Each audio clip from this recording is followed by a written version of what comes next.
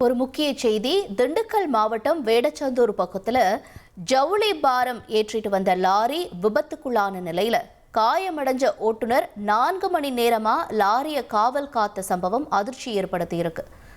சேலத்திலிருந்து மதுரை நோக்கிட்டு போன அந்த லாரி விட்டல் நாயக்கன்பட்டி பக்கத்துல வந்தப்ப திடீர்னு முன்பக்க டயர் வெடிச்சிருக்கு. இதனால ஓட்டுநரினுடைய கட்டுப்பாட்டை இழந்த லாரி சாலைக்கு பக்கத்துல கவிழ்ந்து விபத்திற்குள்ளாகி இருக்கு. இதுல திருவாரூரை சேர்ந்த ஓட்டுநர் வீராசாமிக்கு தலை மற்றும் கைகள்ல பலத்த காயமும் ஏற்பட்டிருக்கு. இந்த விபத்தினுடைய காட்சிகளை ஒரு பக்கம் நம்ம திரையில பார்த்துட்டு இருக்கோம். தொடர்ந்து சம்பவ இடத்துக்கு வந்த அந்த பகுதி மக்களும் போலீசாரும் வீராசாமியை மருத்துவமனைக்கு செல்லவும் அறிவுறுத்தி இருக்காங்க. ஆனால் லாரி உரிமையாளர் வர வரைக்கும் அங்கிருந்து நகர வேண்டாம்னு தெரிவிக்கப்பட்டதுனால ஜவுளி மூட்டைகள் திருடு போகாமல் இருக்கிறதுக்காக இரத்த காயங்களோட 4 மணி நேரமா இந்த லாரியினுடைய ஓட்டுநர் வீராசாமி பக்கத்திலேயே காத்திருந்திருக்காரு.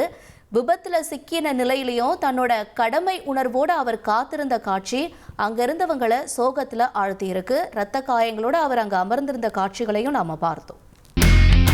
இனி செல்லும் இடமெல்லாம் செய்தி. தந்தி டிவியின் வாட்ஸ்அப் சேனலை ஃபாலோ பண்ணினா செல்ல இருக்கும் இடமெல்லாம் செய்தி. இதோ QR கோட் இப்பவே ஸ்கேன் பண்ணுங்க, ஃபாலோ பண்ணுங்க.